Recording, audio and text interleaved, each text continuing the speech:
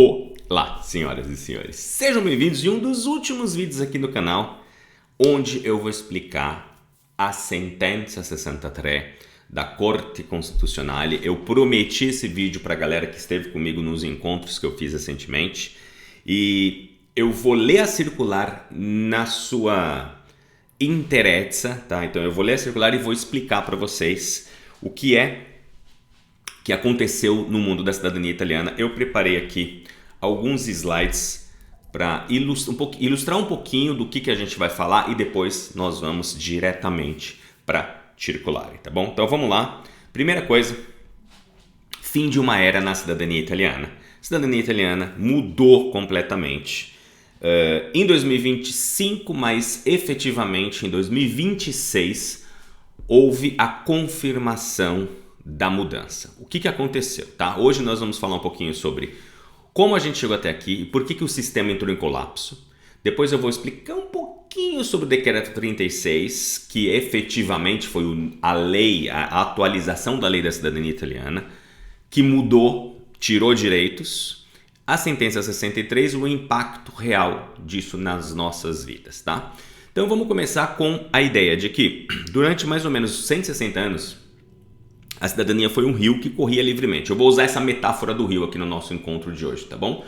Então, esse rio, ele conectava netos, bisnetos, tataranetos, pentanetos, o que quer que seja. Não existia um limite de gerações, como eu sempre ensinei para vocês aqui no canal e outros materiais que eu criei.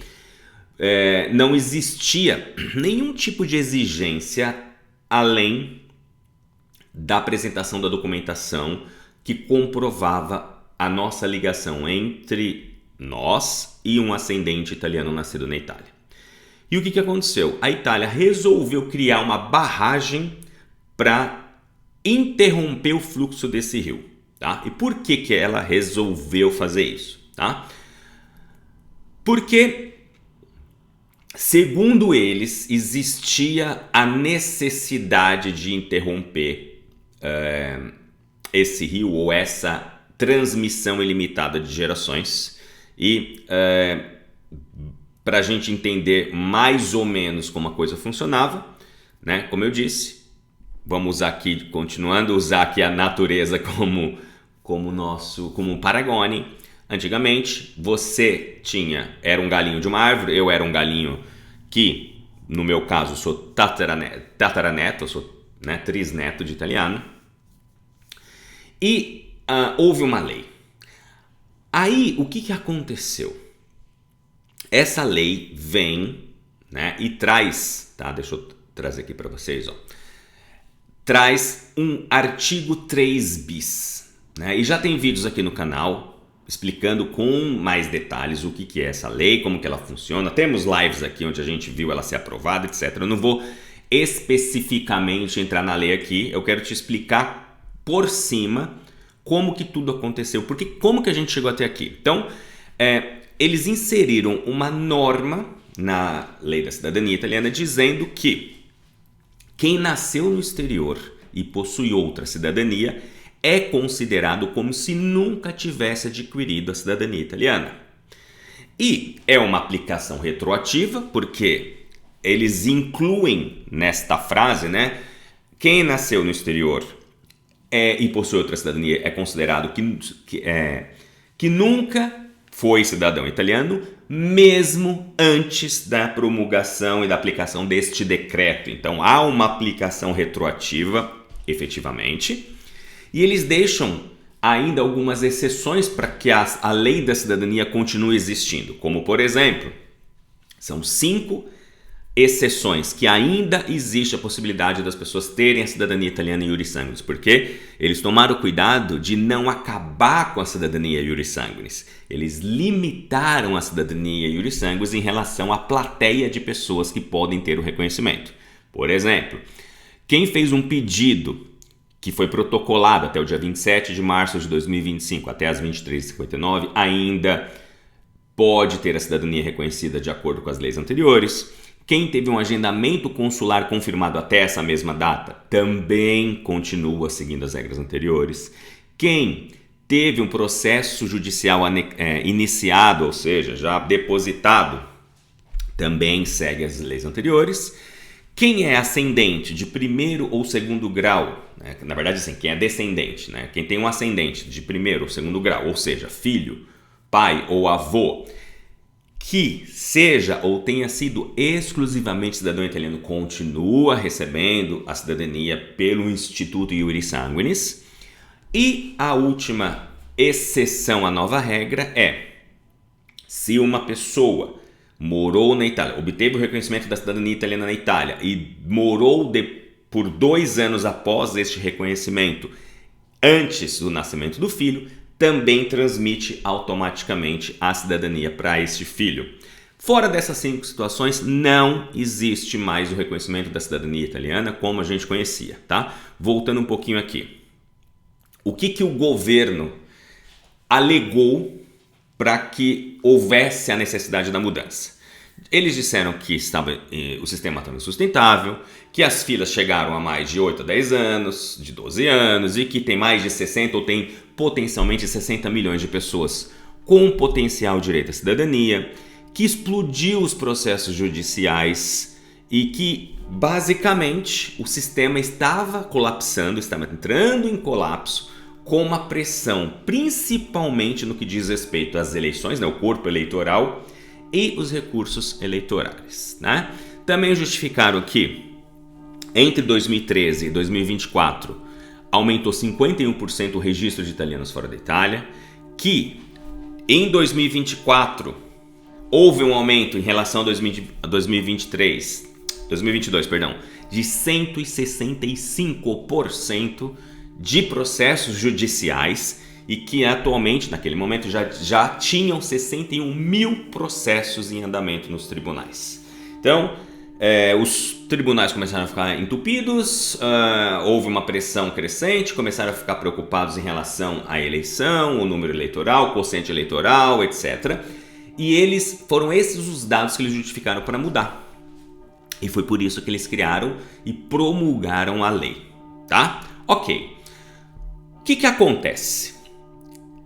A Corte Constitucional foi chamada para se pronunciar em relação a este caso. Ou seja, os advogados, no dia posterior à promulgação do novo decreto, da nova lei, eles depositaram uma sentença e pediram para a corte: olha, é o seguinte, temos aqui 8 descendentes de um cidadão que chegou na Venezuela em 1837 e pela lei antiga eles eram italianos e agora, por causa de um dia, eles não são mais italianos. Isso é inconstitucional, né? E aí o juiz suspendeu os processos e enviou 3 questões fundamentais. Então, quando o processo relacionado à nova lei de cidadania italiana, que já estava em vigor, já estava funcionando, chega na Corte Constitucional,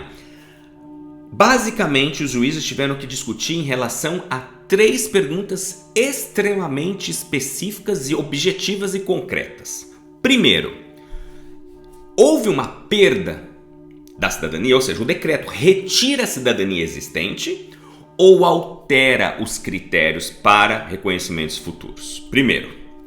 Segunda pergunta, houve uma retroatividade? Pode uma lei retroagir para negar os direitos que já existiam de pessoas? Porque pela legislação anterior essas pessoas já tinham o direito desde o nascimento. E a terceira pergunta é: houve violação de determinados tratados internacionais, como os tratados europeus, etc.? Então, essas foram as perguntas que o juiz fez à Corte Constitucional. Quando há a defesa, né, o depósito da defesa na Corte Constitucional, além dos juízes, os advogados também têm o direito, os advogados dos clientes também têm o direito a se defender e a depositar sua memória, sua defesa. Que os advogados, além dessas 3 perguntas que o juiz do tribunal fez à Corte Constitucional, o que os advogados alegaram? Que houve uma violação de igualdade de direitos, porque agora existe um tratamento desigual entre aqueles que tiveram reconhecimento antes desse dia fatídico e quem quer fazer o reconhecimento depois as regras mudaram, ou seja, pessoas, de repente 2 irmãos, um que deu entrada antes tem a cidadania e outro que deu entrada depois não tem. Eles alegam uma violação da segurança jurídica, ou seja, virou bagunça, porque até então nós entendíamos que a cidadania é um direito que não se extingue, que nasce com o indivíduo, vocês mesmos já tinham dito anteriormente, e agora de repente não é mais, então isso cria uma insegurança jurídica. Eles alegam também que houve uma falta de prazo, porque do nada a gente acordou num determinado dia e não tinha mais o direito, ou seja, não houve nem um prazo de adaptação, segundo os advogados, e por fim eles alegam também que a forma como a lei foi feita, através de um decreto-lei, naquele dia, de um dia para o outro, retira a cidadania de milhões de pessoas, de forma retroativa e sem um processo individual. Essas pessoas não escolheram não ter mais a cidadania italiana.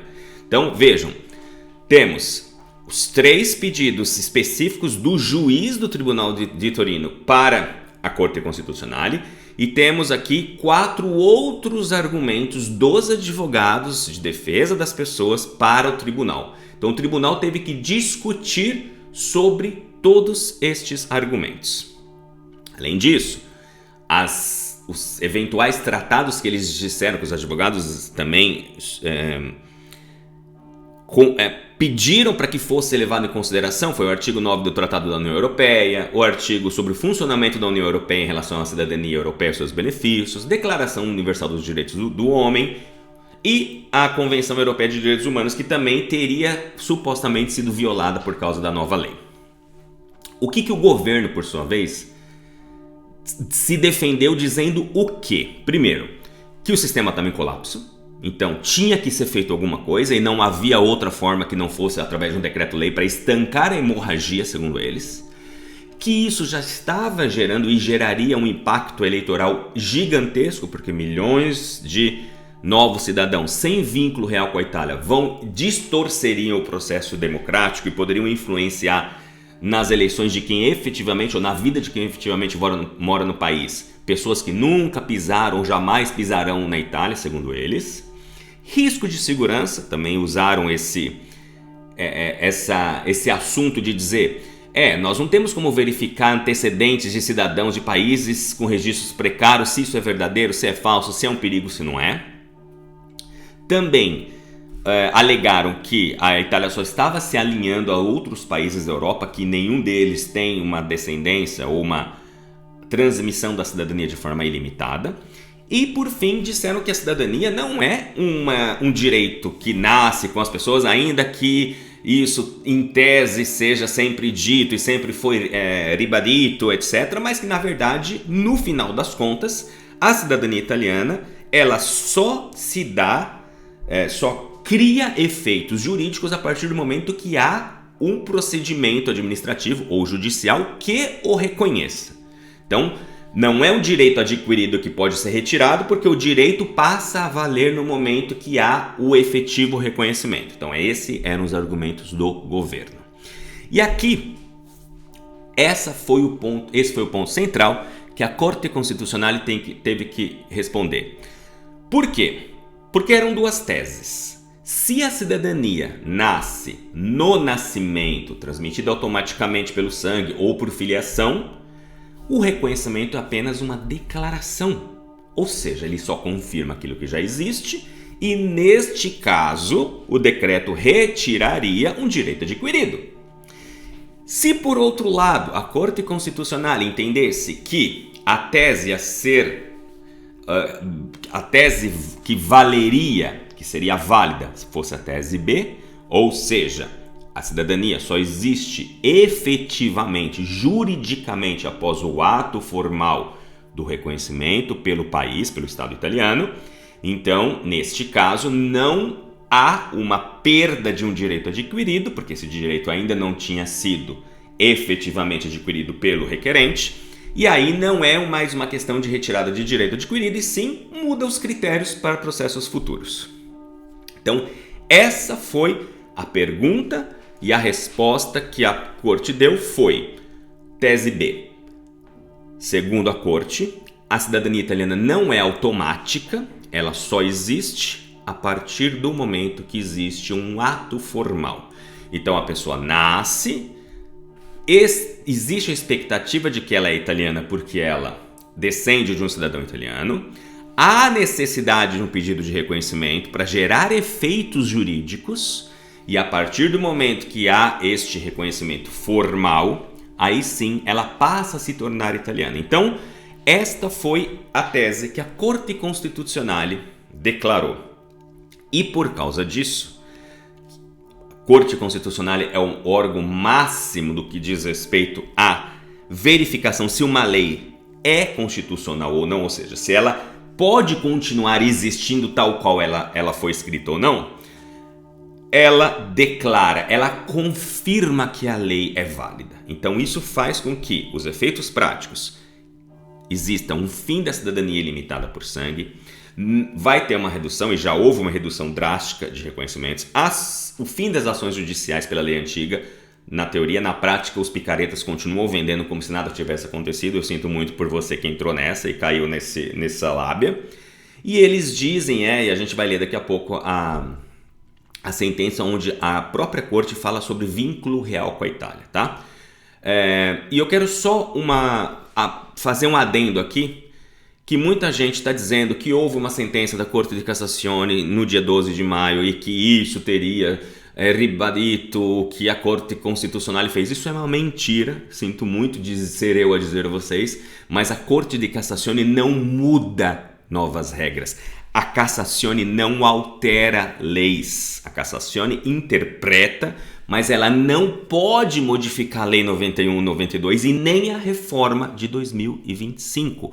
Somente os parlamentares podem mudar a lei.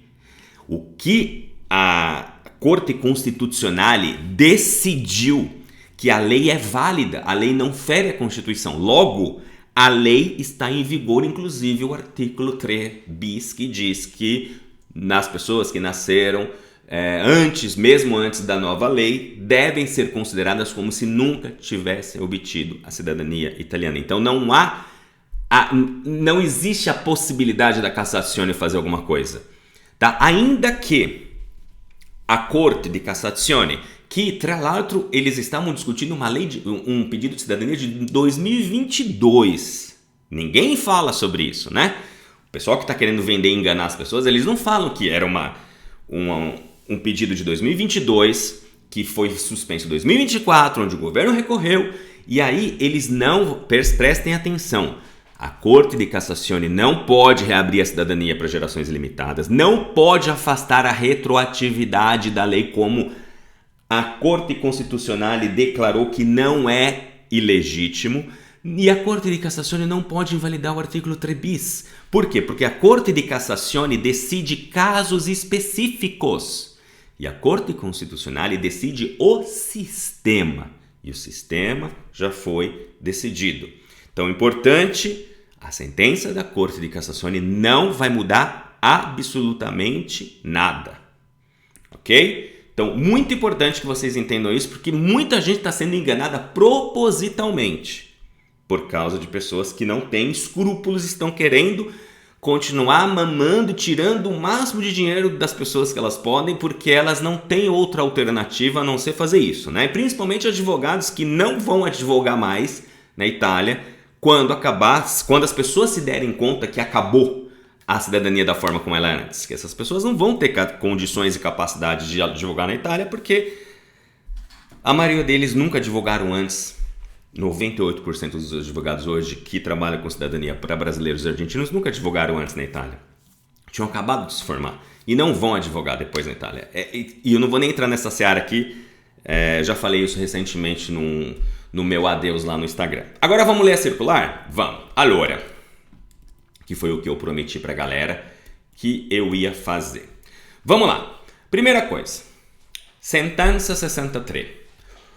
Ano 2026, aí aqui tem os juízes da corte, a sentença, e eles começam, toda a sentença ela começa explicando, dando um contexto do que eles estão decidindo, tá bom? Então, aqui, na verificação de constitucionalidade, de uma legítima constitucionalidade do artigo 3 bis da Lei de 5 de fevereiro de 1992, número 91, que foi introduzido pelo Decreto-Lei do dia 28 de março de 2025, que foi convertido na Lei 74 no dia 23 de maio de 2025, foi promovido pelo Tribunal Ordinário de Torino, seção especializada em matéria de imigração, proteção internacional e livre circulação dos cidadãos da União Europeia. E aqui eles dizem então que eles estão discutindo se existe uma legitimidade constitucional desse artigo 3 bis e que isso foi levantado, foi promovido, foi levantado pelo Tribunal de Torino através lá dos seus juízes e como que isso aconteceu. E aqui, essa segunda parte, eles falam sobre as pessoas que compõem o pedido original, que são aqueles cidadãos venezuelanos que, enfim, que descende de um cidadão que tenha nascido lá no ano tal, que eu já comentei um pouco atrás. Depois teve pedido de intervenções de várias associações que apareceram aí para querer tentar ajudar e tentar tomar parte no processo, no julgamento, para dar a sua opinião, o seu parecer, etc. Tá bom? Então, foi feita uma audiência pública no dia 11 de março de 2026 com o relator, juiz Giovanni Pietruzzella. Foram ouvidos os advogados aqui das pessoas e aqui começa o contexto, tá? O Tribunal Ordinário de Torino, na seção especializada em matéria de imigração, etc, etc, etc, levantou questões de legítima constitucionalidade do artigo 3 bis, principalmente em relação às palavras. E aqui, no decreto, na nova lei, existe esta frase: anche prima della data di entrata in vigore del presente articolo. Ou seja, mesmo antes da entrada em vigor da presente lei, do presente artigo de lei. E que isso gera uma dúvida. Peraí, como assim? Você está me dizendo que nesse artigo 3 bis, e aqui eles começam a explicar o que é o artigo 3 bis, que a gente já sabe o que é, que não é mais considerado ter a cidadania italiana pessoas que nasceram mesmo antes da entrada de vigor desse artigo, somente agora aí tem lá, quem deu entrada até a data X, às 11h59, ou quem tem um ascendente de primeiro ou segundo grau, tudo aquilo que a gente falou agora há pouco. Então, aqui eles explicam exatamente esse artigo 3. Então, o artigo 3 bis diz que, de acordo com blá, é considerado nunca ter tido a cidadania italiana quem nasceu no exterior, mesmo antes da entrada dessa lei, que somente continuam tendo o direito quem tem uma dessas seguintes condições. Deu entrada tal na data tal, B, C, D. Ok, então aqui a gente já sabe do que ele está falando. Aqui eles dizem que o juiz, no caso, diz que ouviu os 8 cidadãos venezuelanos que fizeram um recurso contra o Ministério da Interna, ou seja, contra o governo, que foi depositado no dia 28 de março de 2025, e eles eles pediam um reconhecimento do seu status de cidadãos italianos iuris sanguinis, porque descende do cidadão italiano nascido em Torino em 1837, que emigrou na Venezuela, ou para a Venezuela, e morreu, sem nunca ter se naturalizado cidadão venezuelano e tendo obtido a cidadania italiana por efeito da unificação da Itália em 1861.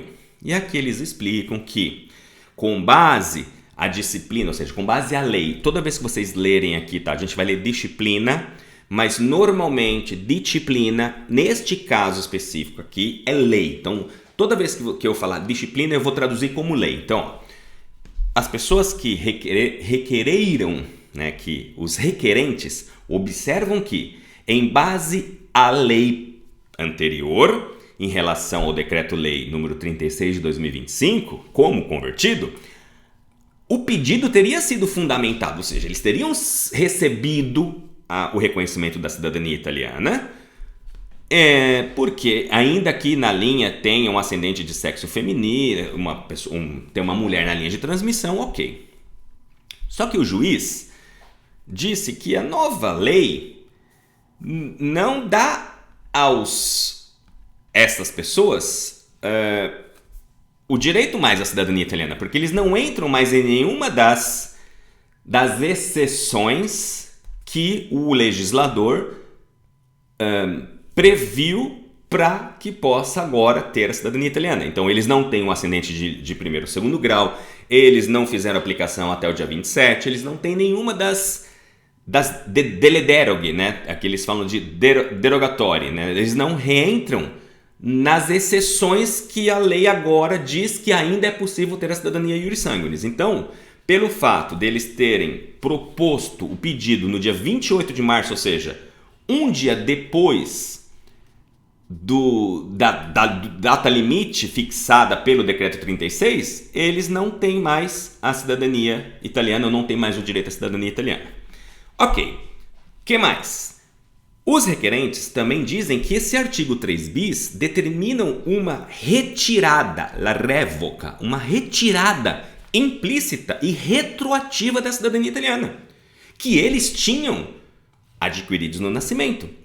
E que por causa disso, essa révoca que esse artigo específico traz é constitucionalmente ilegítimo, porque viola os artigos 2, 3, 117 da Constituição, o Tratado da União Europeia, o Tratado 20 do funcionamento da União Europeia e assim por diante.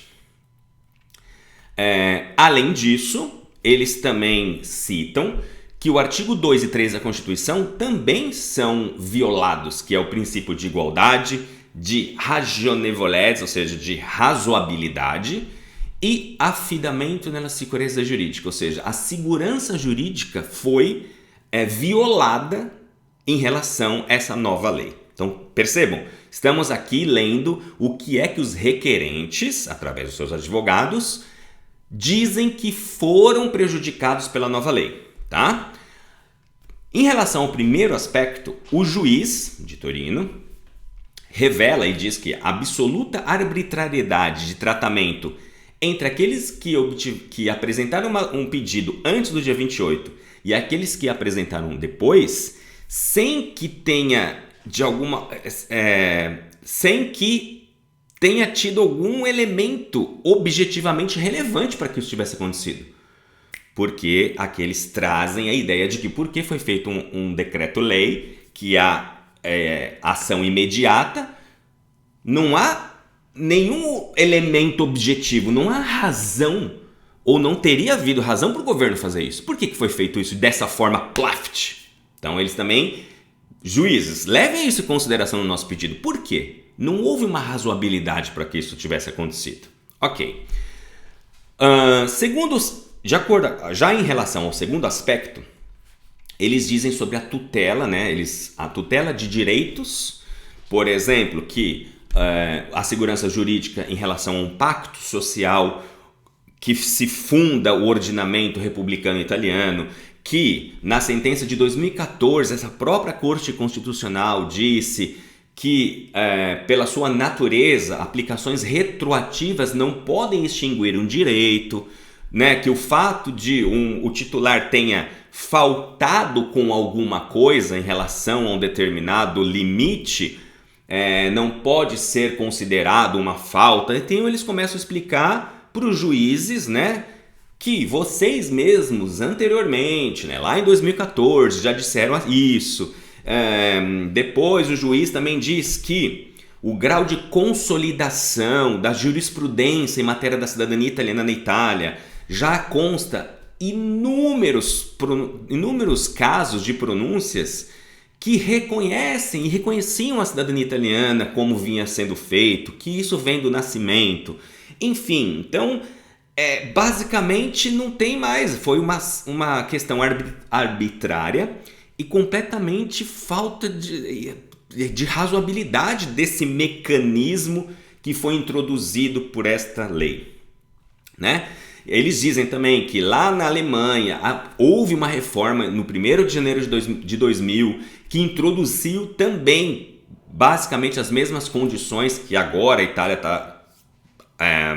propôs, de condições de aquisição da cidadania alemã, mas que neste caso, né, entretanto, o legislador alemão disse que essa nova lei, muito mais restritiva em matéria de cidadania, ela só valeria a quem nasceu após o dia 1º de janeiro de 2000, sem prever nenhuma aplicação retroativa. Então, só para citar aqui, então essa experiência de comparação confirma que é insustentável que o Decreto-Lei número 36, como convertido, com essa eficácia imediata e efeito retroativo, desaplica as normas desde 1912. Então eles usam aqui um paragone, um paralelo entre, olha, na Alemanha também houve uma restrição, mas só para quem nasceu depois daquela data. E o que a Itália fez contrasta com isso. Além disso, eles falam também sobre, eles trazem que essa norma, essa lei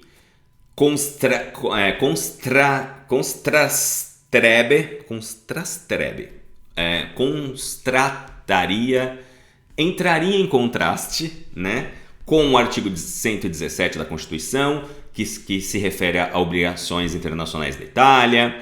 Enfim, aqui eles continuam discutindo aqui algumas razões porque essa lei não deveria ter sido feita do jeito que ela foi feita, tá? Falam aqui sobre a jurisprudência da Corte de Justiça da União Europeia e continua, Enfim, o que acontece? Em conclusão, o juiz declara que o artigo 3 bis da Lei 91 de 92 é constitucionalmente ilegítima em tudo isso que nós falamos aqui em cima. Por quê? Porque seria possível criar uma norma, uma nova lei para consentir as pessoas interessadas, ou seja, os italianos nascidos no exterior, que tenham outra cidadania e que sejam privados de uma ligação direta com a Itália, de ser devidamente informados que algumas mudanças aconteceriam para que eles pudessem apresentar em uma data limite razoável o pedido, que seja administrativo ou judicial, do reconhecimento iuris sanguinis, certo? Ok. Basicamente, essa foi a defesa e principalmente o que o juiz do Tribunale de Torino levanta e fala para os juízes da Corte Constitucional. Ok, aí vem a segunda parte, que são os advogados, das pessoas, porque até então tudo que eu li para vocês foram o texto e a defesa, ou eu não diria a defesa do juiz de Torino, mas as considerações do juiz de Torino para poder suspender o processo e dizer, olha, nós entendemos enquanto juízes que as pessoas estão sendo privadas do seu direito de ter a cidadania reconhecida por isso e tudo isso que nós lemos. Aí agora temos a parte dos advogados destes 8 venezuelanos. Então, as partes, ou seja, as pessoas se constituíram com ato depositado no dia 6 de outubro de 2025. Então, em primeiro lugar, eles deixam claro sobre a falta de motivação, sobre a relevância, e é infundada e não existe razão, então deveria ser inadmissível essa nova lei. Por quê? Porque, segundo essas partes, só o significado de uma mera constatação de poderes e de técnicas decisórias dessa corte de libera de individuare la pronuncia più idônea, deixa eu ler aqui vou pular essa parte que aqui é só a parte do techniquez.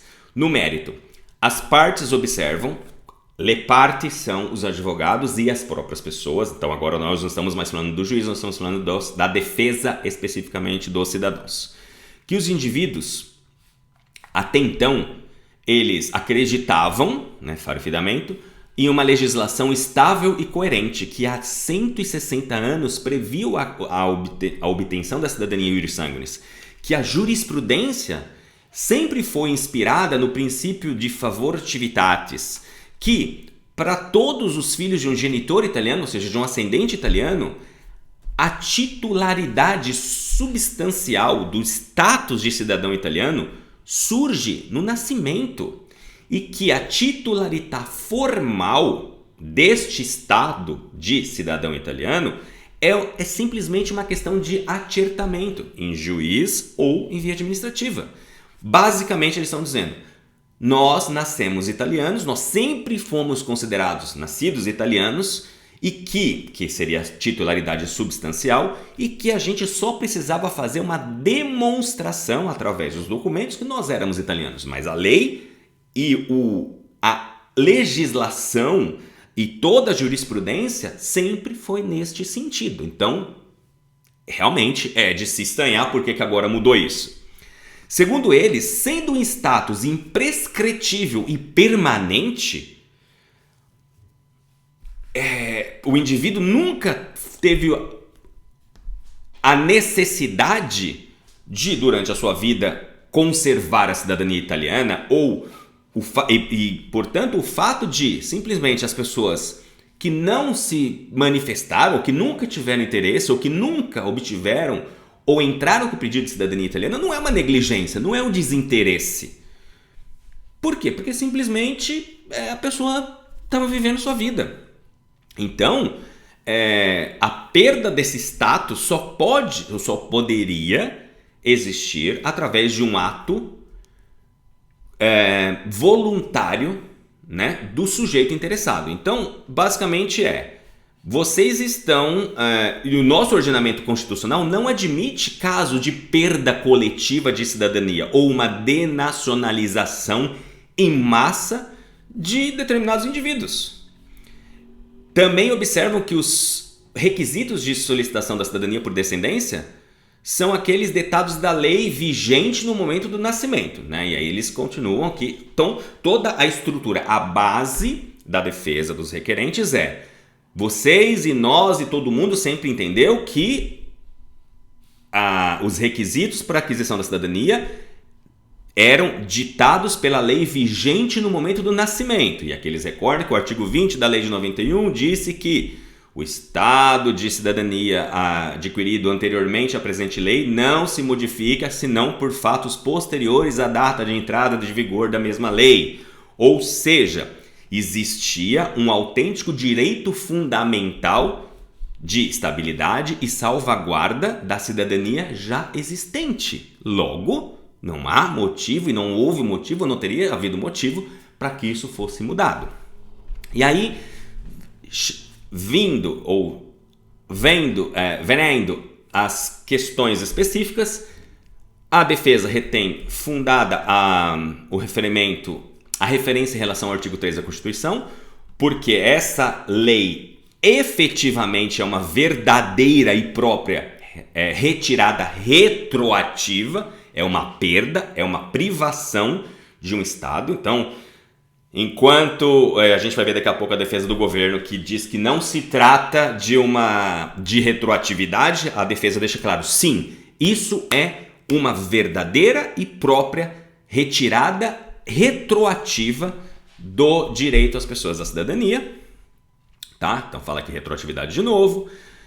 As dúvidas de legitimidade constitucional teriam sido confirmadas, inclusive da mesma Corte Constitucional que anteriormente já tinha dito sobre o consolidamento do entendimento da lei da cidadania, interesses públicos, etc.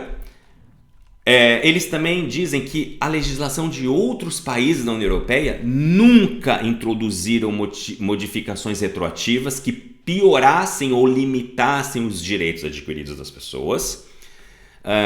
Também aqui eles começam a citar outros países e outros ordenamentos jurídicos. Falam sobre a Declaração Universal dos Direitos do Homem. Fala que isso também violaria os tratados da União Europeia em relação à privação do direito dos seus cidadãos, etc. Ok, então essa foi a parte da defesa dos advogados das pessoas. Aí, o presidente do Conselho de Ministros, ou seja, Giorgia Meloni, representada e defendida pela Advocacia Geral da União, depositou a sua defesa, as suas considerações também no dia 7 de outubro. Bom, o que a Advocacia Geral da União, ou seja, o que o Estado italiano, em primeiro lugar, qual é a defesa deles? Quais são as considerações deles em relação à nova lei? Primeiro, eles já pedem que seja inadmissível as questões relacionadas à motivação ou à relevância da lei. Em particular modo, eles dizem que a afirmação dos requerentes de ter pressupostos para que eles pudessem fazer o pedido de cidadania já não deveria nem ter sido discutido porque, segundo a Advocacia Geral da União, os documentos que eles apresentaram para o processo de cidadania estavam carentes, contraditórios, estava faltando documentos, basicamente. Então eles começam assim, faltava o certificado de naturalização, certificado de óbito. Então assim, primeira coisa, a gente não devia nem estar aqui discutindo isso porque o pedido lá atrás já está errado. Então eles já começaram a tentar anular toda a discussão da corte de um fato originário de que não deveria ser admitidos aqui esse caso. Depois, eles dizem o seguinte, que em relação ao quadro normativo e jurisprudencial antecedente ao decreto, estava sendo caracterizado por um andamento expansivo da cidadania e que estava havendo um aumento exponencial de pedidos de reconhecimento iuris sanguinis da parte de cidadãos estrangeiros. E aí eles começam aqui a colocar os números que eu mostrei para vocês nos slides. Então, que aumentaram 51% entre 2013 e 2024, que antes era pouco menos de 3 milhões e agora são 4 milhões e meio de italianos no exterior, que 90% dessas pessoas residentes no Brasil, Argentina ou Venezuela nasceram no exterior, que os descendentes de italianos que possuem a cidadania no país de nascimento deles, eles já têm uma cidadania do país e que ter a cidadania europeia, italiana e europeia, comporta vantagens, por exemplo, como emigrar na Espanha. Isso daqui não foi por acaso, tá? Hoje, a comunidade italiana no exterior, né, em números absolutos, missá que é na Espanha. Então, tem muita gente na Espanha com cidadania italiana e que não necessariamente passaram pela Itália. Pessoas que obtiveram cidadania na Argentina, no Brasil, emigraram para a Espanha e nunca passaram pela Itália. Então, eles trouxeram esses dados, que não foi por acaso usar a Espanha, para dizer, viu? Tem gente que está lá no exterior, que nunca pisou na Itália, que vota, que tem os direitos, que nunca contribuíram com o país, segundo eles, só para poder ter vantagens para morar na Espanha. E antes eles falavam dos Estados Unidos, etc. Né? E eles dizem que a enorme quantidade de pedidos de cidadania italiana apresentados nos ofícios consulares, principalmente na América do Sul, criaram longas listas de espera e por causa disso muitos começaram a fazer o processo via judicial, com um notável incremento de matéria de cidadania nos tribunais. Os procedimentos passaram de 23.654 em 2022 para 61.628 em 2024, sem contar, né, precisando que um único recurso pode ser proposto com mais pessoas. Então eles dizem, se aqui tem 61 mil pedidos, não são só 61.628 pedidos de cidadania e transcrições. Aqui vai ter muito mais pessoas, porque se já tiver uma ou duas ou três, e a gente sabe que no Brasil começaram a vender pacote com vários da família, então isso daqui número seria muito maior segundo eles. Que o crescimento exponencial dos pedidos de cidadania italiana e iuris sanguinis, seja por via administrativa, seja por via judicial, teriam efeitos também na composição do corpo eleitoral, influenciando sempre mais os processos de decisão política italiana. Por exemplo, vai ser mais difícil você conseguir o quórum, por exemplo, em relação a referendos. Também observam que a cidadania é acordada também a pessoas, ou seja, eles dizem aqui, que a cidadania é dada ou é reconhecida a pessoas que não têm nenhum ascendente italiano. Por quê? Porque os cônjuges de cidadão italianos residentes no exterior também podem solicitar, depois de 3 anos de matrimônio, uma naturalização facilitada, transmetendo a cidadania, inclusive para eventuais filhos menores que não têm nenhuma ligação nem de sangue com a Itália. A defesa também faz um confronto de comparação, mostrando que os maiores países europeus prevêem limitação de transmissão da cidadania a pessoas nascidas e residentes no exterior e que tenham outra cidadania. E que a aprovação do decreto-lei como convertido teria sido, portanto, necessária porque ela leva em consideração o elevado risco de paralisação de órgãos e funções do país, além de oportunas razões de alinhamento com as leis em matéria de outros países da União Europeia. Então, o legislador, já que não tinha outra opção, segundo eles escolheram recuperar o tradicional desfavor em relação a regimes de cittadinanza plurima, ou seja, ainda que a gente entenda que antigamente era normal e nós estamos indo a passos para que as pessoas possam ter múltiplas cidadanias, o legislador escolheu meio que voltar atrás nisso. Tipo, você já tem uma cidadania do seu país, você não precisa da cidadania italiana, né? Evitando que a ausência de vínculos efetivos com a República, que tem aumentado gradualmente ou exponencialmente, não na crescente número de cittadini, determinem fatores de risco para a segurança nacional e, inclusive, para outros países da União Europeia. Então, a lei, tal qual ela foi criada, tutelaria o legítimo afidamento, ou seja, ela tem uma razão legítima de existir, que inclusive, lembrando que ela salva, ou seja, ela deixa claro que não há um prejuízo a reconhecimentos que já foram feitos anteriormente à lei, não mexe em direito adquirido de quem já obteve o reconhecimento e, inclusive, os pedidos já apresentados. Por causa disso, segundo a advocacia, o artigo 3 bis não traz nenhuma perda de direitos já adquiridos, mas ela intervém exclusivamente nos mecanismos de transmissão da cidadania italiana, incluindo alguns limites nessa obtenção. Em relação ao referimento do artigo 2 e 3 da Constituição, a defesa observa que o legislador tem ampla discrecionalidade em matéria de aquisição e perda de cidadania italiana, como a própria Corte Constitucional já tinha dito. E aí agora eles falam sobre as leis retroativas. Em relação à consolidação que essa situação jurídica lesaria, a advocacia observa que o procedimento de acertamento da cidadania italiana seria formalmente declarativa depois que um complexo procedimento tivesse um êxito. Inclusive, quem tem que produzir as provas é o próprio requerente. Então, basicamente, eles estão dizendo o seguinte, ninguém tinha um direito adquirido antes, por quê? Porque a cidadania, ela não nasce do nada, só porque a pessoa nasceu.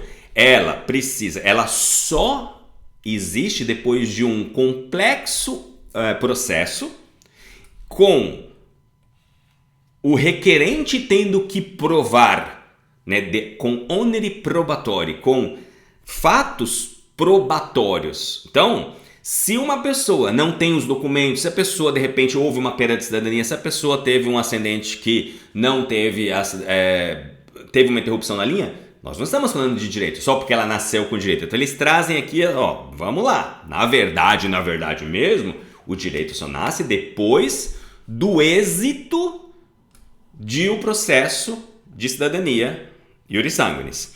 Então, por causa disso, falar de uma situação jurídica consolidada não seria adequado, mas sim de uma mera expectativa jurídica. Por quê? Porque o procedimento de reconhecimento da cidadania seria mais ou menos igual a um de uma naturalização. Antes de um êxito positivo, nenhum direito pode ser exercido e assim, inclusive, nenhum dever pode ser exigido da pessoa. Então, eles fecham a coisa do direitos que existiam como não existiam, porque se existissem essas pessoas não precisavam fazer um processo de reconhecimento.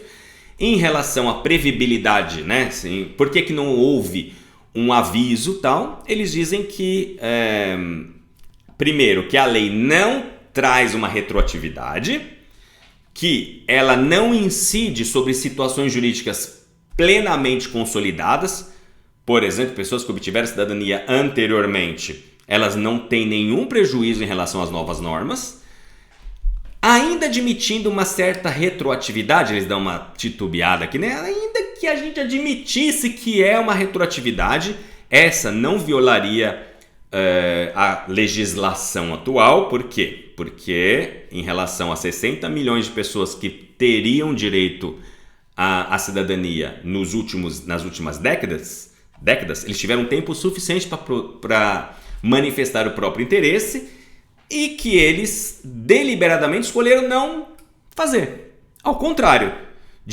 em relação aos dados de comparação, já existia uma fundada expectativa que o país, que a Itália fosse criar algumas decisões e alguns corretivos, inclusive já estavam em estudos do legislador de muitos anos. Então eles dizem que já existiam diversos projetos de lei em andamento, então não era novidade para ninguém que a lei estava para mudar. Em relação aos interesses públicos, a Advocacia Geral da União diz que as premissas do artigo 36, do Decreto-Lei, observa que, tendo sido estimado que 60 milhões de pessoas, mais ou menos, sejam descendentes hoje de cidadãos italianos emigrados, se a lei valesse somente para futuros nascidos, basicamente ela não teria servido para nada. Então não teria atingido os objetivos. Os objetivos eram parar a cidadania para quem tinha direito. Basicamente é isso, e eles deixam claro aqui na defesa que, gente, mas não era para os nascidos depois. O objetivo era muito claro, estancar isso que a gente está achando e está dizendo que estava fora da casinha. Ok.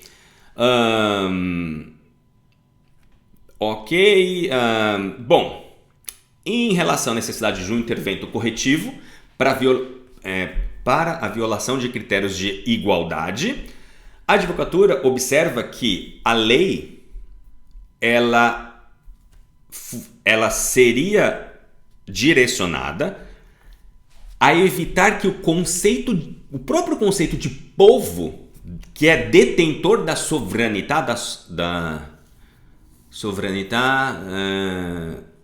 em português é souverainidade, esqueci, se transforme num ente que seja indeterminado, que não tenha nenhum vínculo com o território nacional onde o Estado exercita la sovranità. E aqui eles trazem textos da própria Constituição, que diz: Itália é uma repubblica fondata sul lavoro, tutto il potere emana del popolo al quale esercita la sovranità. Então todo o poder emana do povo, que através dele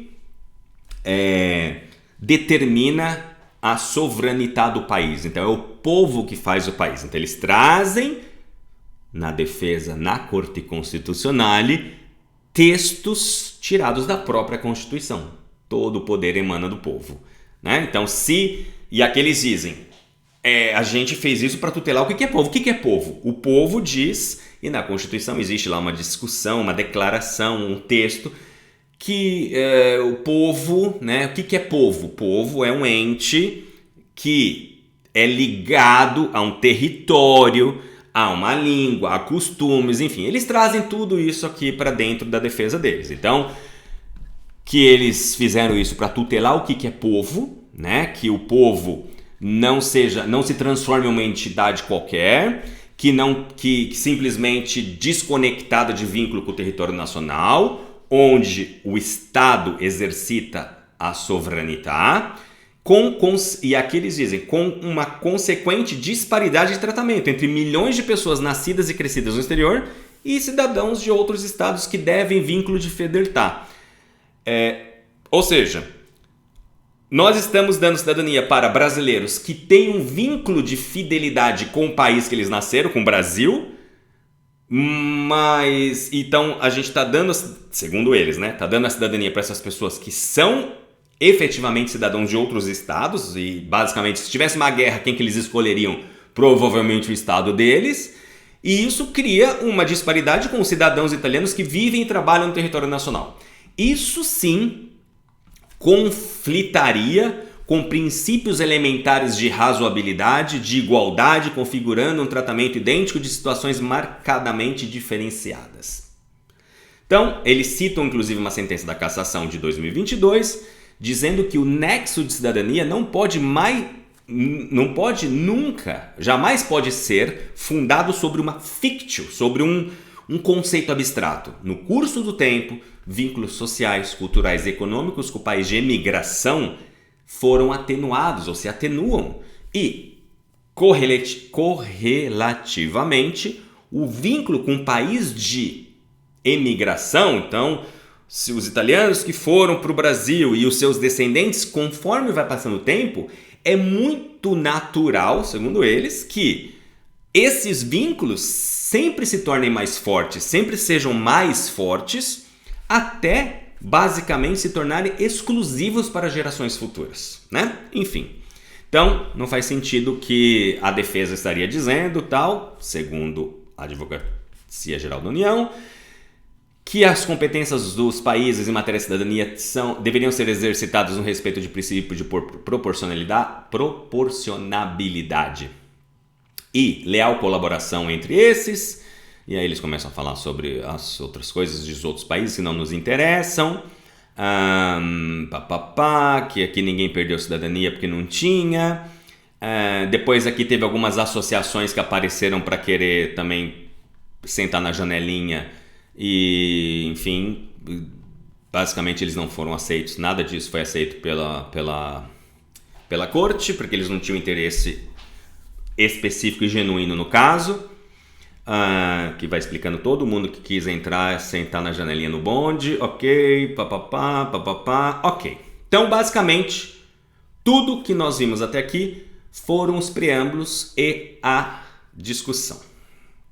Allora, considerato in diritto, o Tribunal de Torino, e aqui eles dão uma resumida de tudo que foi dito até agora, tá? Que eu não vou ler para vocês porque não faz sentido. Tá? A única coisa que eles dizem aqui que eles já começam a dizer que é o seguinte: opa, peraí, o que a Advocacia Geral da União disse que o processo não deveria ter sido aceito porque mancava documentos, não tem nada a ver. Você não vem aqui querer dar uma de Giovanni Senza Braccia, porque uma coisa é uma coisa, outra coisa é outra coisa, e que isso nem deveria ser tema seu. Show, bacana.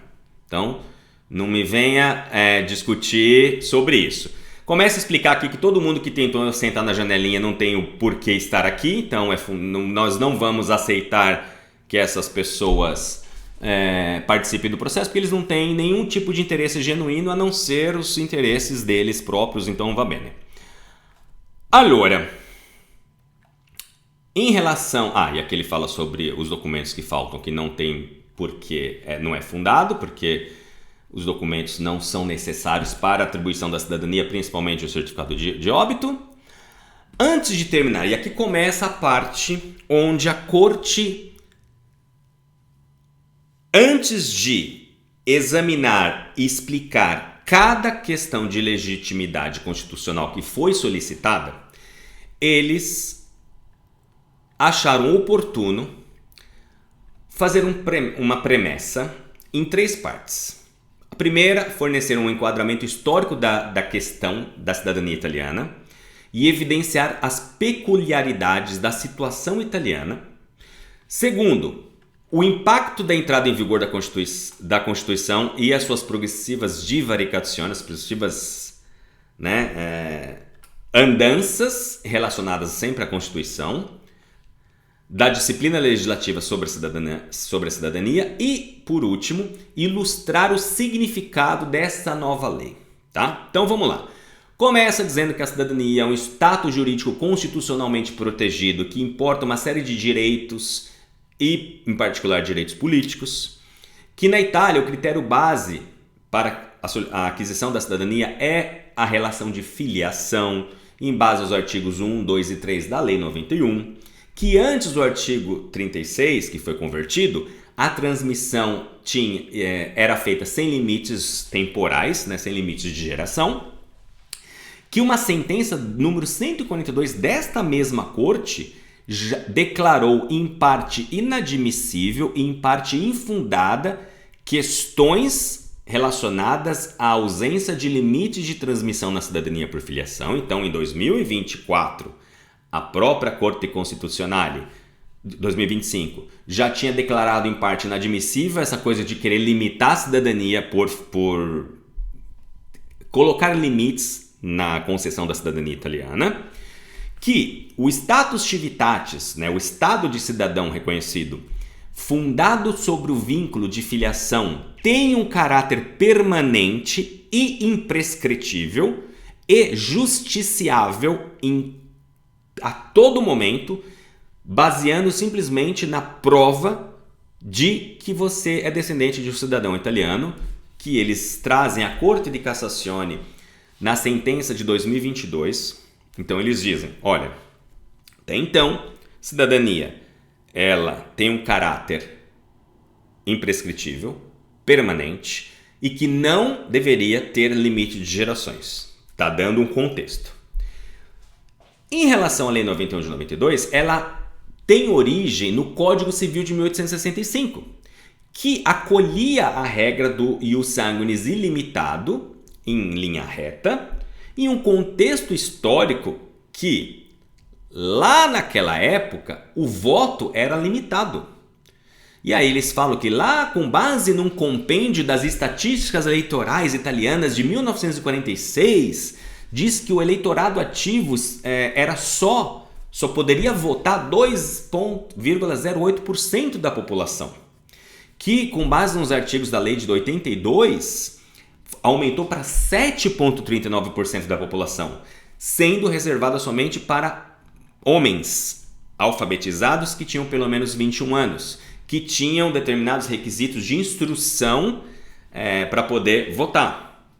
Então, o artigo 11, lá de 1865, exprimia uma orientação contrária à doppia cittadinanza. Então, né, a Itália era contrária à dupla cidadania, né, e quem obtinha uma cidadania de um país estrangeiro perdia a cidadania italiana. Então existia aqui toda uma discussão. E eles continuam dizendo que o critério de transmissão da filiação de cidadania, iuris sanguinis por filiação, foi confirmado pela lei de 1912, que se ocupou também do problema da perda de cidadania italiana, ou seja, pessoas que teriam perdido de forma involuntária pelo fato de ter emigrado num outro país, para que o fenômeno da doppia cittadinanza fosse evitado. E aqui eles dizem que a escolha do legislador de 1912 foi uma ideia, né? A escolha foi que a cidadania italiana se perdia somente por uma expressa declaração, salvo algumas regras, mas que basicamente o cidadão, por nascimento, mantinha sua cidadania italiana mesmo depois que ele se tornava maior de idade, enfim. Então aqui eles ilustram como era a cidadania, como você já aprendeu comigo aqui nos últimos 20 anos, certo? Vão explicando que nos 50 anos de 1876 a 1925 emigraram mais de 16 milhões e meio de italianos, que no curso dos anos a dimensão do fenômeno da dupla cidadania mais do que dobrou, também em relação a fatores jurídicos. Essa própria corte, com uma sentença de 1975 e outra de 1983, declarou constitucionalmente ilegítimas as leis que previam a perda da cidadania por parte de mulheres que obtinham a cidadania do marido por efeito de matrimônio, que não atribuíam a cidadania para o filho de mãe cidadã que nasceram antes de 1º de janeiro de 1948, enfim.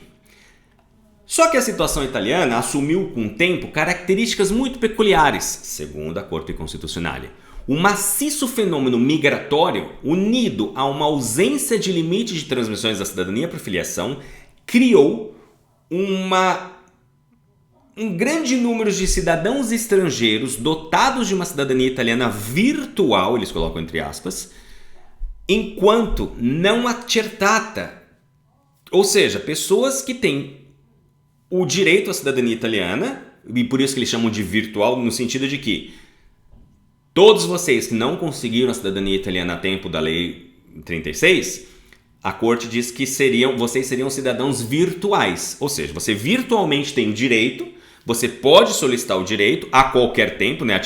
Ativável sem nenhum limite de tempo por parte dos titulares, mas que ela efetivamente não é uma cidadania na prática. Tá? Então eu, até 24 de dezembro de 2007, segundo a Corte Constitucional, eu era um cidadão italiano virtual. Quando eu vim para a Itália, fiz o meu processo, eu obtive meu reconhecimento, eu passo de virtual para real. Isso é o que a Corte está explicando na sentença. Então, diz que a legislação italiana representava um caso isolado em relação, e até em um nível de comparação, porque outros países, com o tempo, foram introduzindo limitações na transmissão da cidadania por filiação. Na França, em 93, na Alemanha, em não sei quando, no Reino Unido, não sei quando, na Espanha, não sei quando. Essa situação continuou imutável, ou seja, ela não mudou, não apenas em relação ao aumento do número de eleitores ativos, maschile, né, o maço, de homens com a lei de 1912, mas entre 45 e 48 mudou radicalmente o cenário. A introdução do voto também feminino, no dia 1º de fevereiro de 45, e a entrada em vigor da Constituição Republicana, como a gente vai ver daqui a pouco, a manutenção das normas, né, das leis originárias, ainda que num contexto completamente diferente, determinou uma desarmonia da legislação italiana em relação à cidadania em relação a aspectos constitucionais. A transformação da forma de país determinada da Constituição comportou uma modificação essencial no status de cidadão. Inclusive, o sufrágio eleitoral pleno, ou seja, o direito ao voto pleno e a Constituição da República Italiana, de 1948, conectaram o status civitatis, ou seja, o ser cidadão italiano, ao status activi civitatis, que num estado único, monoclasse, que somente poucas pessoas podiam votar, se baseavam numa restrição de voto por razões de censo, etc., eram disjunte, elas desconectadas. A Constituição realizou uma revolução coperniana na relação entre cidadãos e o país. Por quê? Deu aos primeiros, reunidos em povo, a souverainità, né? Então, e não somente um título qualquer, mas um título efetivo. Então, aqui eles vão explicando como que o país foi mudando ao longo do tempo e que, basicamente, a legislação relacionada à cidadania não se adequou a essas mudanças. Então, a previsão segundo a sovranità appartiene al popolo, che la esercita nelle forme e nei limiti previsti dalla Costituzione, que é o articolo 1, secondo comma da Constituição italiana, se concretiza, a previsão segundo a sovranità pertence ao povo, que a exercita nas formas e nos limites previstos da Constituição, se concretiza também nas leis que atribuem aos cidadãos os direitos de participação democrática, em particular no eleitorado ativo e passivo, na determinação da política nacional através dos partidos políticos, o direito a votar, os referendos, etc. Portanto, as decisões políticas que são vinculadas à comunidade do país sono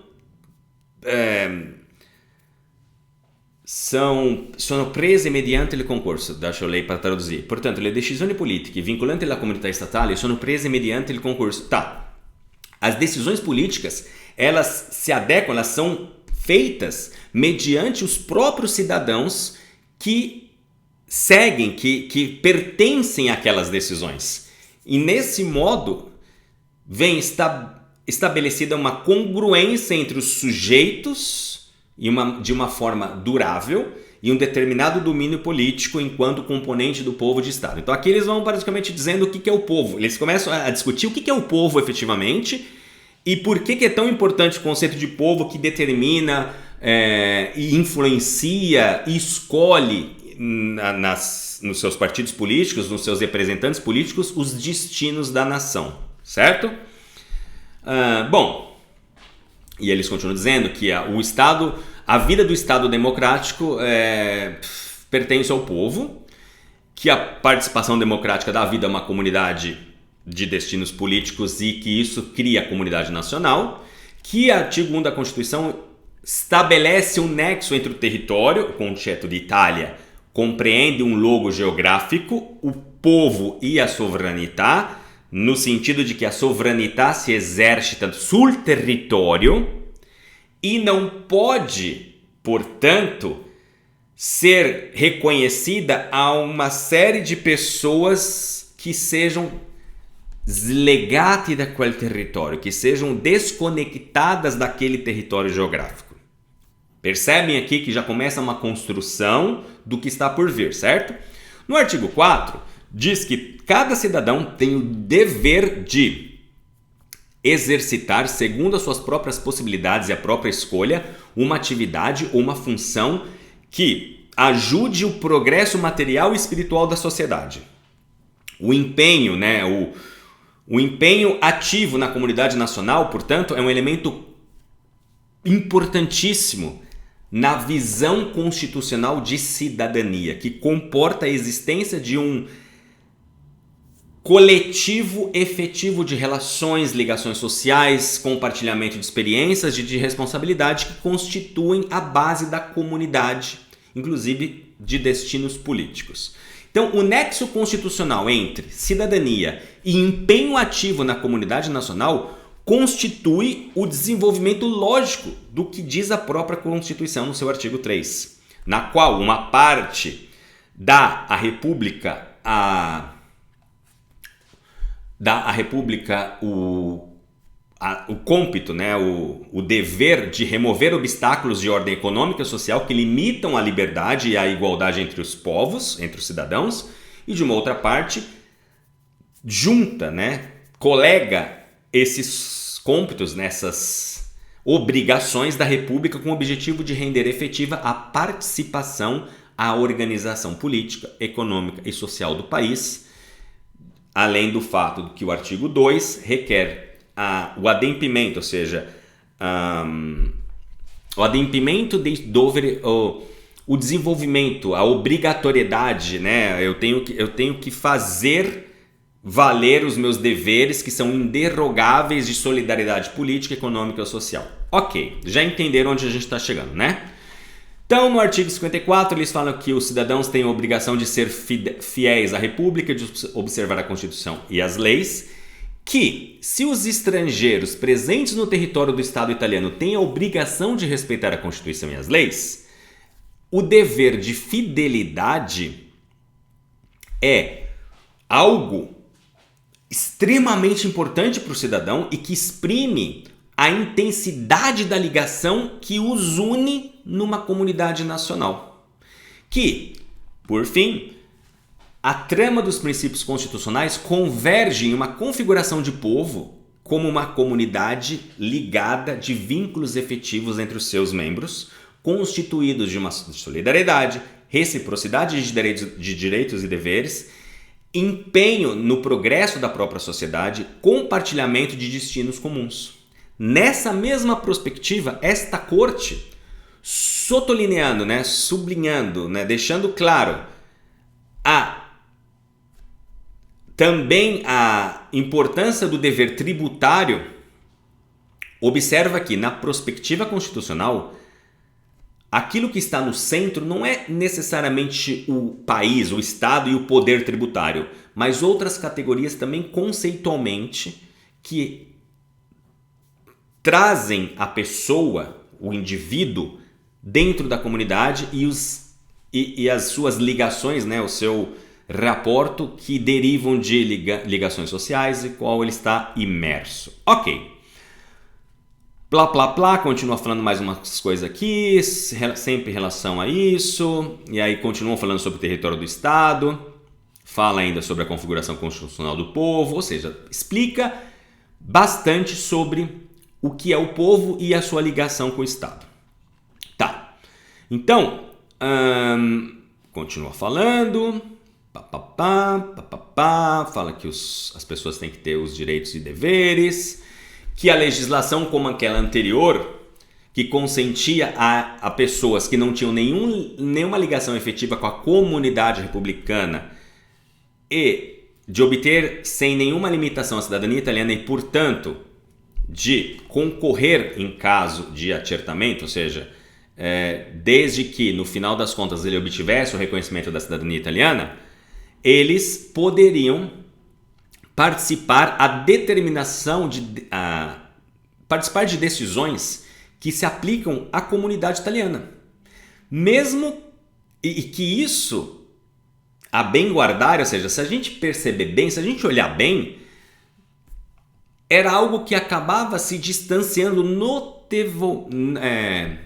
verdadeiramente, de forma notável, ao modelo de cidadania que a gente acabou de delinear.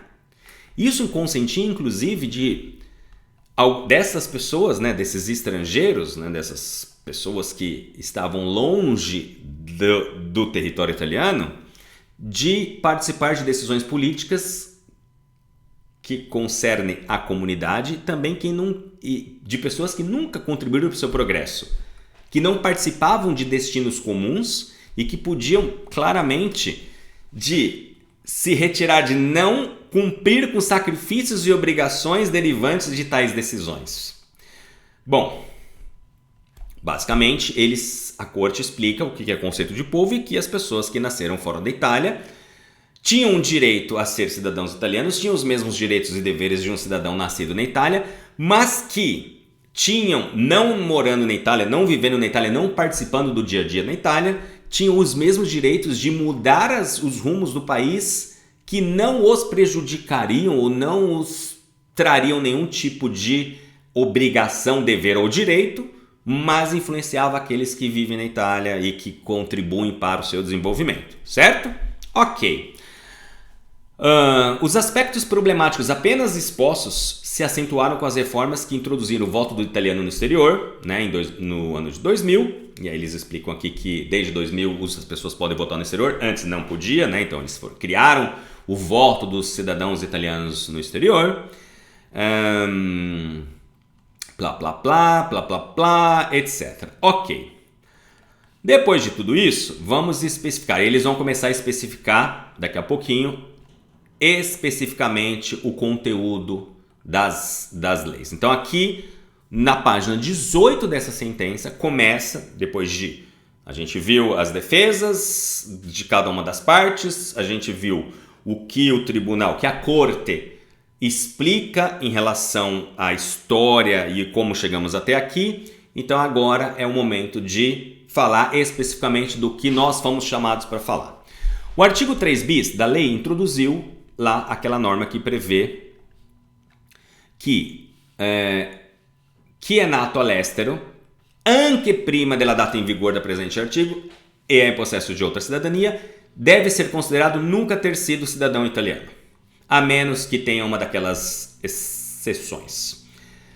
Aí eles dizem que o significado da disciplina foi reconstruído nos termos opostos, porque a Advocacia Geral da União disse uma coisa e os advogados disseram outra, e que, segundo os primeiros, não tem efeitos retroativos. Então a Advocacia Geral da União diz que essa não tem efeitos retroativos, somente futuros reconhecimentos, e que já o tribunal diz que sim, tem uma révoca implícita e retroativa da cidadania para seus destinatários. A corte diz: não concordamos com nenhum dos dois. Primeiro, não me venha dizer que não é retroativa, porque a lei em exame representa sim um caso exemplar de retroatividade própria. Por quê? Porque ele cria efeitos jurídicos de leis pré-vigentes. Simples assim. Então ele atribui a fatos anteriores consequências jurídicas diferentes para aqueles em relação ao quadro temporal. Então não me venham a dizer que não é um efeito retroativo. Sim, quem nasceu antes tem uma norma, quem nasceu depois tem uma norma. Do outro lado, a nova lei é clara em configurar uma preclusão originária, ou seja, ele coloca sim limites originários na aquisição da cidadania italiana para estrangeiros nascidos no exterior, mas não uma retirada. Do ponto de vista topográfico, como ele foi convertido, eles inseriram uma nova lei logo depois daquela relacionada à aquisição por filiação, não no contexto de disposições, não na parte onde se trata da perda de cidadania. Então, aqui o juiz disse o seguinte: sim, há uma questão de retroatividade. E como eu sempre expliquei para vocês que estão aqui comigo, sempre foi previsto retroatividade na legislação italiana, principalmente em matéria administrativa. Quem falava que a Itália não retroage não sabia o que estava falando, e não sou eu que estou provando o que eu falei que estava certo, mas a Corte Constitucional que disse sim, o Fábio estava certo, porque é claro que tem retroatividade. Quem disse que não tem? Quem não entende sobre a matéria. Ok. E aí eles explicam aqui que não houve uma retirada de direitos. Por quê? Porque, segundo eles, o direito nasce a partir do momento que a pessoa obtém o reconhecimento e não a partir do momento della nascita. Então eles dizem que seria uma retirada se fossem anulados, por exemplo, procedimentos que já tinham conferido a cidadania para pessoas, ou que fosse efetivamente a agir em um status já oficialmente adquirido por um indivíduo símbolo. Enquanto que as normas, a lei que a gente está examinando aqui, incidem em um status não oficialmente reconhecido. Ok? É verdade que, devido à particular frase usada do legislador, é considerado nunca ter adquirido a cidadania italiana, a utilização da forma presuntiva resulta adequada ao fato de que nenhum dos destinatários desta nova lei eram cidadãos italianos juridicamente certos. Ou seja, a gente não pode dizer que todas essas pessoas teriam o reconhecimento da cidadania italiana de forma positiva. É importante, assim, assinalar também que o decreto modifica outras disposições com o objetivo de facilitar o ingresso na Itália e obter a cidadania italiana por parte dos estrangeiros de origem italiana, como, por exemplo, eles falam sobre o acquisto della cittadinanza por benefício de legge dos filhos menores, diz também sobre a disposição para favorecer o recupero das raízes italianas dos oriundes através da facilitação da entrada na Itália para trabalho subordinado para os próprios oriundos, sem limites de geração, e depois para sua naturalização, que vem reduzida de 3 a 2 anos. E aí agora a gente pode então examinar as particulares questões de legitimidade constitucional do Tribunale de Torino. Bom, conforme visto no ponto 6, primeira questão, que denuncia a violação dos artigos 2 e 3 da Constituição, compreende duas distintas subquestões. Primeiro, o artigo 3 bis se distinguerebbe, seria distinto arbitrariamente daqueles que solicitaram o acertamento da cidadania antes e aqueles que solicitaram depois. Segundo lugar, o artigo 3 bis lesaria os direitos, determinando uma révoca, uma retirada implícita da cidadania com eficácia retroativa e sem alguma previsão de direito intertemporal, ou seja, as pessoas não tiveram tempo, as pessoas perderam a sua cidadania que sempre tiveram desde o nascimento, e essa era então a primeira questão do Tribunal de Torino. Corte responde: não tem fundamento. Por quê?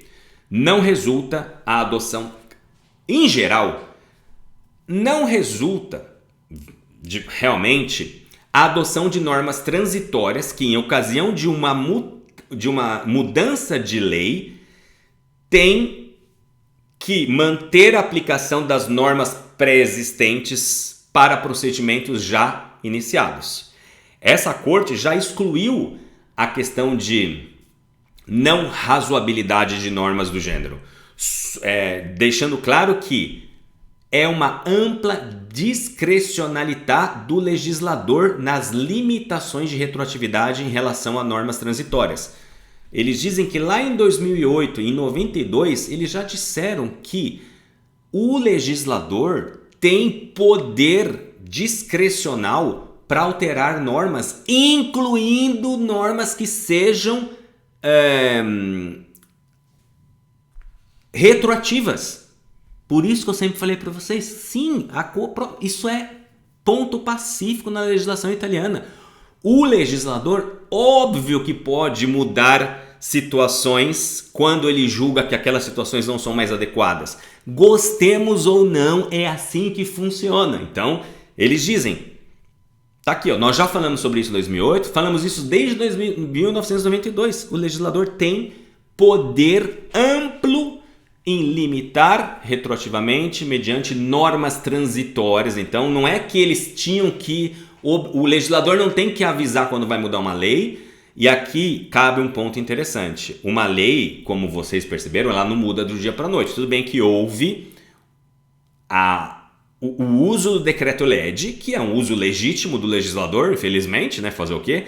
Mas depois houve toda uma discussão em relação a isso, que houve o tempo lá de quase 2 meses para que ela efetivamente se tornasse em lei. Então é isso que eles basicamente deixam claro. No caso em questão, a lei... cadê? A lei salva, né? Salva, ou seja, ainda deixa...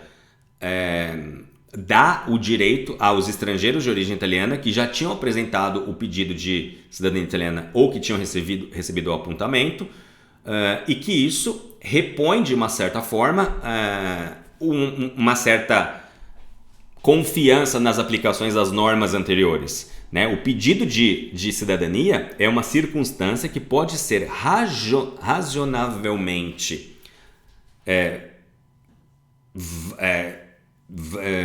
valutata.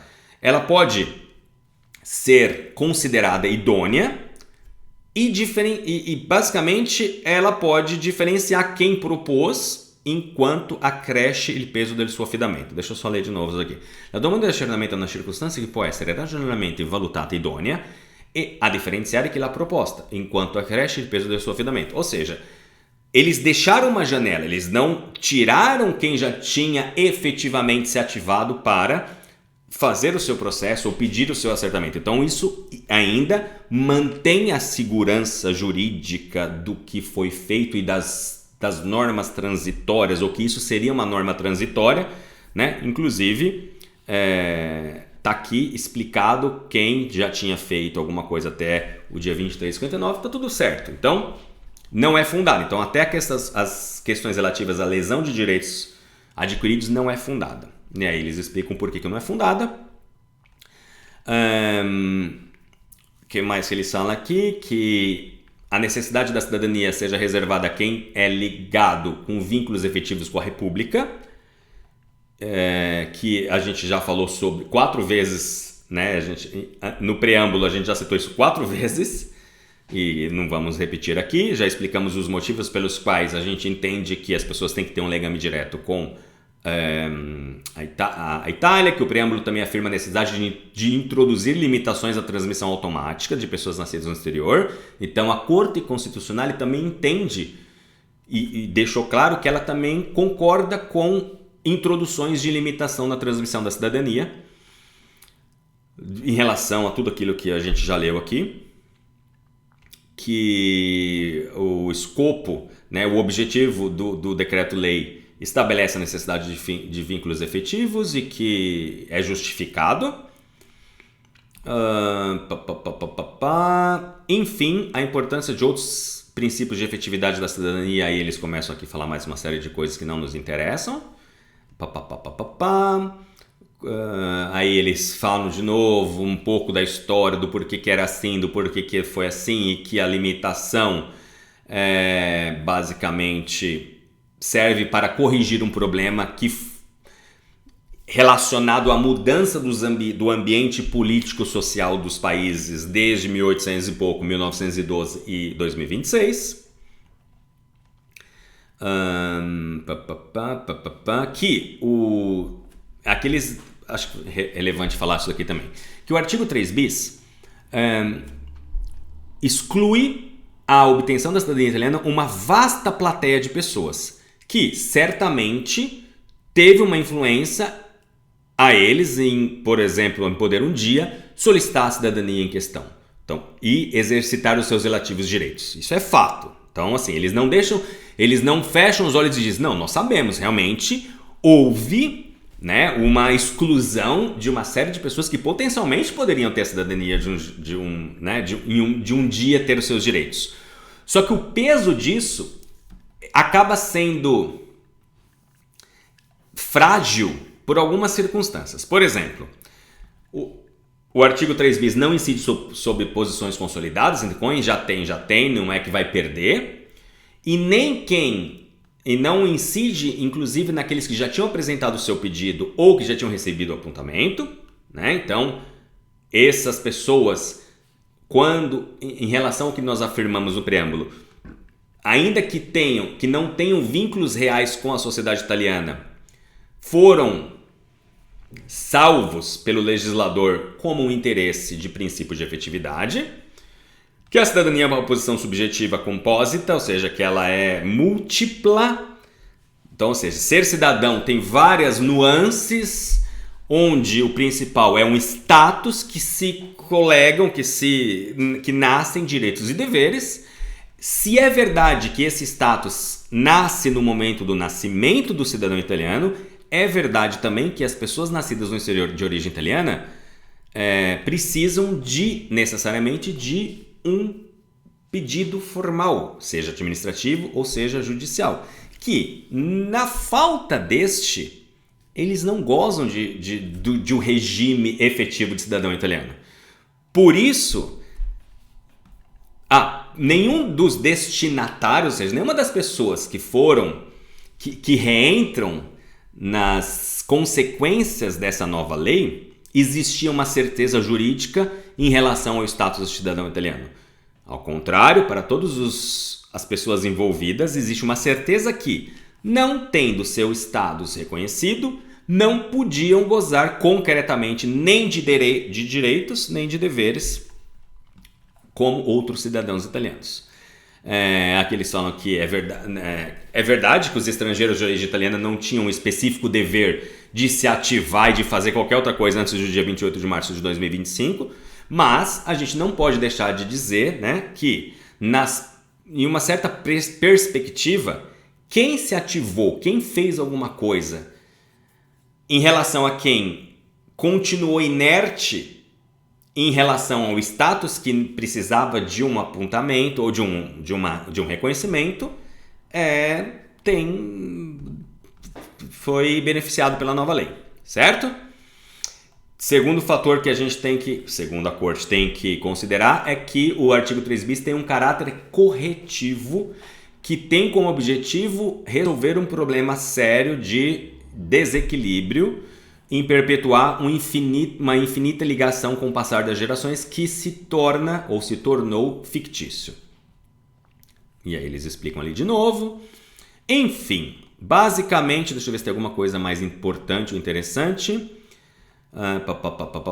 E aí eles falam também que, lembrando que eles tiveram também medidas compensativas para tentar diminuir as consequências, como por exemplo, preveu a aquisição da cidadania por benefício de lei o estrangeiro que tem um genitor ou nono que é atualmente cidadão italiano ou foi italiano, o menor estrangeiro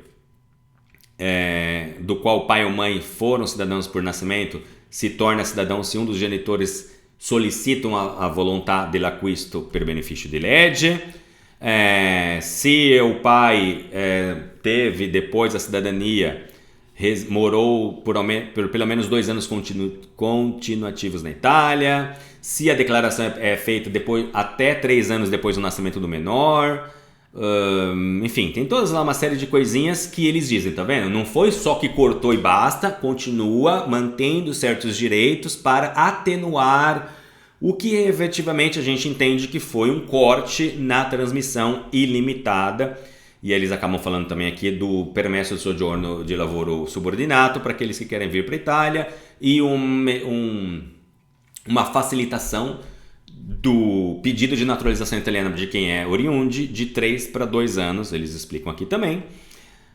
Nessa parte do Gine italiana, subordinato di straniero tirone, senza limiti generazionali, blá, blá, blá, blá, blá, e etc. Deixa eu ver se tem alguma outra coisa importante.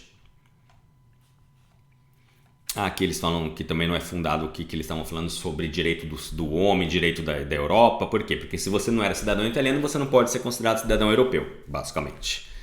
Plá, plá, plá, plá, plá, plá. Aqui, de relação aos direitos do direito do homem, ninguém está tirando o direito de ninguém, até porque as pessoas já são cidadãos dos seus próprios países, Brasil, Argentina, Venezuela, o que quer que seja.